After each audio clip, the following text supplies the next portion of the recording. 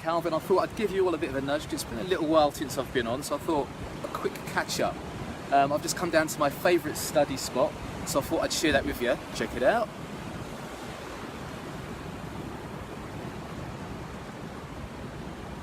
And we're back in the room. So I have a couple of questions come in, and when I get the same question over and over again, especially when they're perennial favourites, I just like to, it's just easier to do this than to answer loads of emails. So I've called this little chat, what do I call it? Coffee, autophagy, and the skills economy, because I've had a couple of things happen in the last few days which have been really, really quite interesting, so I thought I'd, not just for the benefit of me, I thought if I share them, it might be interesting and useful for you guys as well. So basically, first thing, the coffee. Yes, if you're fasting, black coffee is the way to go. It'll actually support autophagy, which is basically the process that your body is going through when you start fasting. So your ability, hey Thomas, how's your life? Your ability to reabsorb resources that are within your body which aren't actually being used or could be used more efficiently by your body. Another advantage is that really, that whole process of autophagy, it really does help you get your blood sugar, your insulin levels under control. If you're trying to manage your body composition, maybe even lose a bit of weight, it's a good way to go.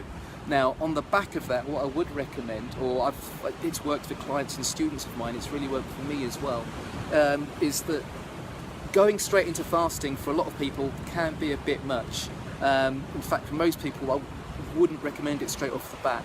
What I would recommend is maybe going with a reduced carbohydrate diet and then cutting those carbohydrates in your diet down every couple of weeks. So, cut the white bread, cut the rice, cut the pasta, cut the hot chips, cut the refined sugars, and look for healthier alternatives. And then maybe go with a more stringent form of reduced carbohydrate diet.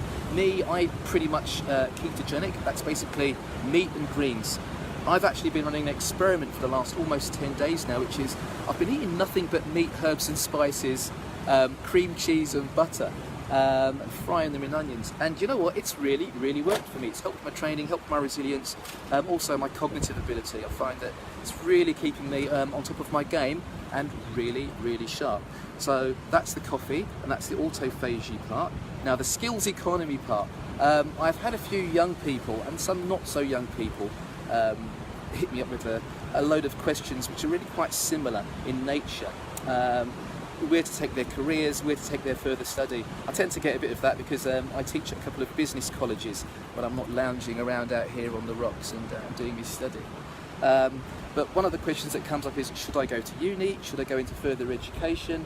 Or what? Now what I would say is for most people, especially if you're younger, you're coming out of school, maybe you're coming out of college and you're thinking about uni, do you really need to accrue that debt and then carry it forward? Don't think you do. If you're going into a profession, where the academic side of things is really a requirement, if you're going to be a doctor, if you're going to be a lawyer, if you're going to go into hardcore engineering, fine, I'd say it's worthwhile. Otherwise, try and find and get yourself an apprenticeship of sorts. Find something where you're actually going to develop practical skills. That could really work for you. Get to work with your hands, because basically you'll be out there in the real world getting real experience. Academia is fine, but like I said, unless you're actually planning to go into one of those professions where, those bits of paper, it's a given that you're going to need them to get in, look, try something a bit more practical. Maybe pick up a trade. That's my 2 pennies worth. Now moving on from that, for people who are a little bit more mature, people who are looking to maybe switch professions, I've been speaking to a few people about the gig economy recently. The days of having a job for a whole career for like 25, 30 years and then collecting a silver watch, that's pretty much over if you hadn't already sussed that one out. The gig economy, small jobs, contracting, that's what a lot of people are really edging to, and some people are actually finding I actually have no choice. Job security for most people, many people, is a thing of the past. So I'll tell you a story which probably hits the point, and it actually happened this morning. I was actually looking to get my studio apartment painted, And my next door neighbour's a painter, so I knocked on his door and he said, hey mate, look, I'm looking to get some painting done. Can you help me get some paint, help me get some rollers? And he said, oh well, you know mate, I could probably do that for you. And I said, look, if you've got the time. And he said, yeah. And I said, well okay, well look, how much do you want? How much do you want to get this job done? So he's looking around my apartment and he said, look, come over to mine. He lives basically next door. Went into his lounge, sat down, and I noticed he had all these really lovely little figurines everywhere and like plaster busts. So we're talking about painting my lounge, and I said, well mate, what are all these little statues? He said, they're awesome. And he says, oh, I make these. I said, really? And he's like, yeah, I make them, and you know, occasionally give them away, sometimes I sell them. So what I said to him is, mate, are you using Etsy?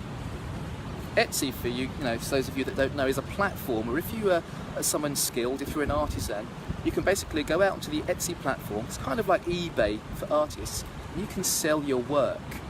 So I said, mate, look, are you on Etsy? He said, what's that? I explained it to him, and he said, oh no, I'm not so good on the computer side. So I struck up a deal with him. I said, mate, you sort yourself out with a laptop, I will build it for you, I will set you up an Etsy account, and then you can sell your work. I said, mate, you could live off your laptop, travel around, go on holiday and sell your work. And he said, mate, if you do that for me, I'll paint your place for free. Bargain. So it's just an example as to if you've got skills, look for a market for your skills.